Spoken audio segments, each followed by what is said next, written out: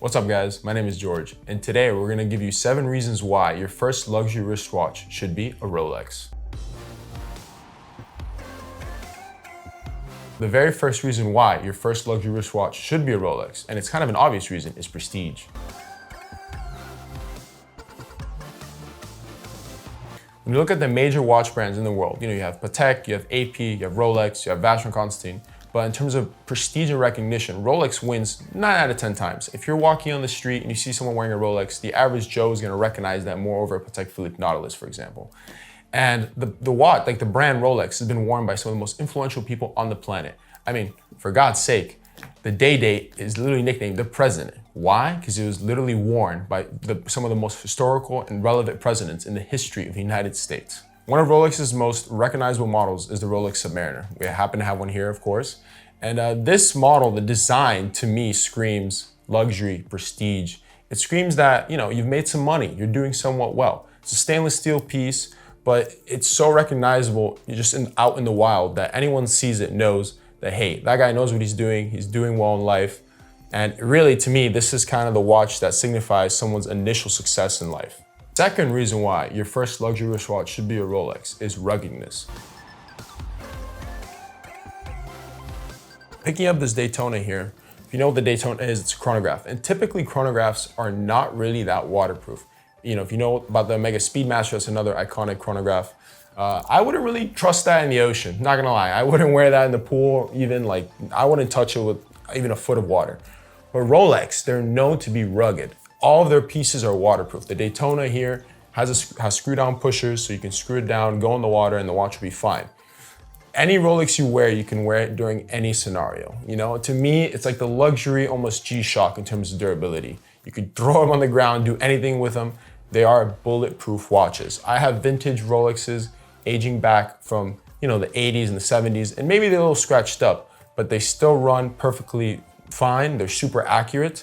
And really, it stands the test of time. The watch is just unbeatable.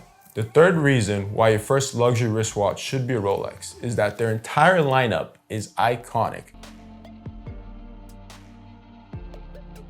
For example, if you go with a Hublot, right, as your first luxury wristwatch, this design may look relevant now, but in 20 years, I don't think it's really gonna be relevant. In fact, I think people are gonna say, oh, this is so 2020.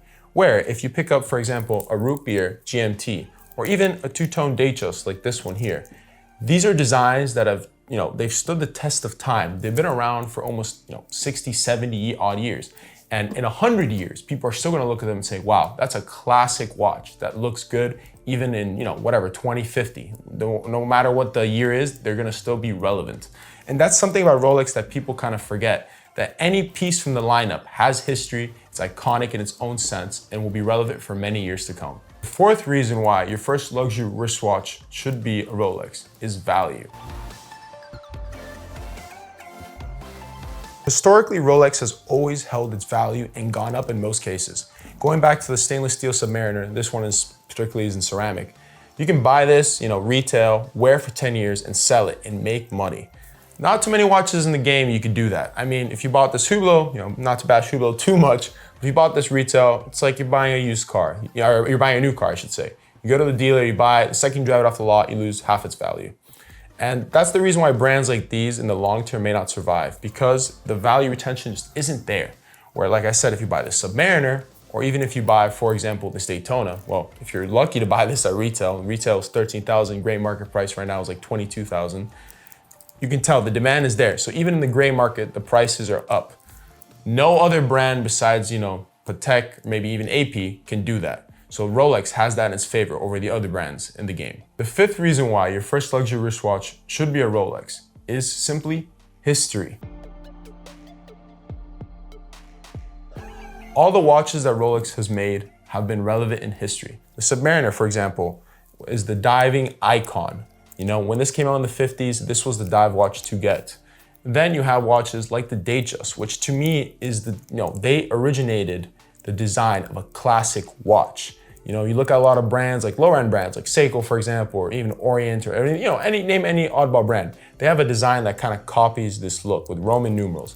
Rolex started this.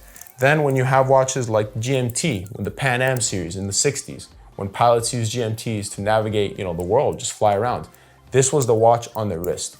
So every Rolex watch, even for example, the Milgauss. The Rolex Milgauss is one of those pieces that isn't currently really appreciated by watch buyers today in the current market, but it was created for scientists at the time and was a big tool for them. And they, any known scientist wore a Milgauss. The point I'm trying to get to is that every model in the Rolex lineup has some importance in history. The Submariner was a dive watch. The Daytona was meant for racing. The Milgauss, like I said, was meant for scientists. And the Yacht-Master, the Yacht-Master was kind of meant for regatta racing, but it's kind of Rolex's mark to becoming a luxury brand. It's a transitional piece to me personally, but most of their pieces are meant to be tools at heart. Sixth reason why your first luxury wristwatch should be a Rolex is because it can be your only watch that you buy in your entire life. For example, you could buy this President here, which is one of the most recognizable watches on the planet. You could wear this every day to the day you die, and it'll work well in most scenarios. Or you could buy this Sea Dweller here, right? This is a bigger watch, but this new one is a little bit thinner and fits pretty well on most wrists. But if you go with this Hublot though, for example, right off the bat, it's way too big. I think this is a 48mm watch. Most people cannot rock this. Most people are in the sweet spot from 38 to maybe 44. I personally would never wear anything bigger than a 44. So this is a watch that if you buy, yeah, maybe you can rock it some days, but 10 years from now, are you really gonna wanna wear this?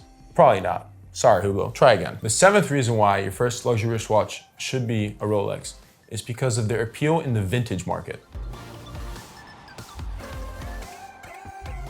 The pros of the vintage Rolex market is that it has appeal with collectors. For example, I'm wearing this 1987 Serti Dow Submariner that was given to me by my grandfather. It's from 1987. And if I walk into, a watch collecting event or, anything with enthusiasts in the watch world, they'll recognize the watch and appreciate it. You can't say that about too many brands. If you look at, for example, vintage IWC, there's not really a market. People really don't care. Yeah, of course, there's always going to be connoisseurs that love the brand and do care. But Rolex is that kind of international brand that vintage collectors respect. So your first watch could be a Rolex from your birth year, and it'll still be relevant. And a lot of people actually will think it's cool that you went with something vintage. Where if you went, for example, with a vintage Omega, unless it's an Omega nerd, no one's really gonna care. So that's something to consider.